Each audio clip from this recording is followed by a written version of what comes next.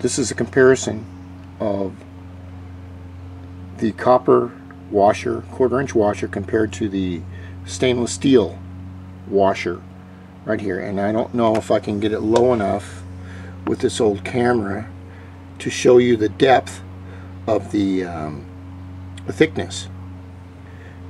Copper washers will bend a little bit because they're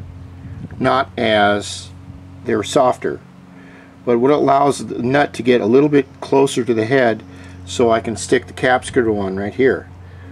And what I do is I'll take this normal head nut right here. I will get it on as tight as I want, and then I take a wrench on this and a wrench on this, and I lock this against this, the cap nut against the bottom cylinder head nut. That way I'm not putting all the torque on this. Let's see if I can move it over just a little bit. This cylinder stud right here.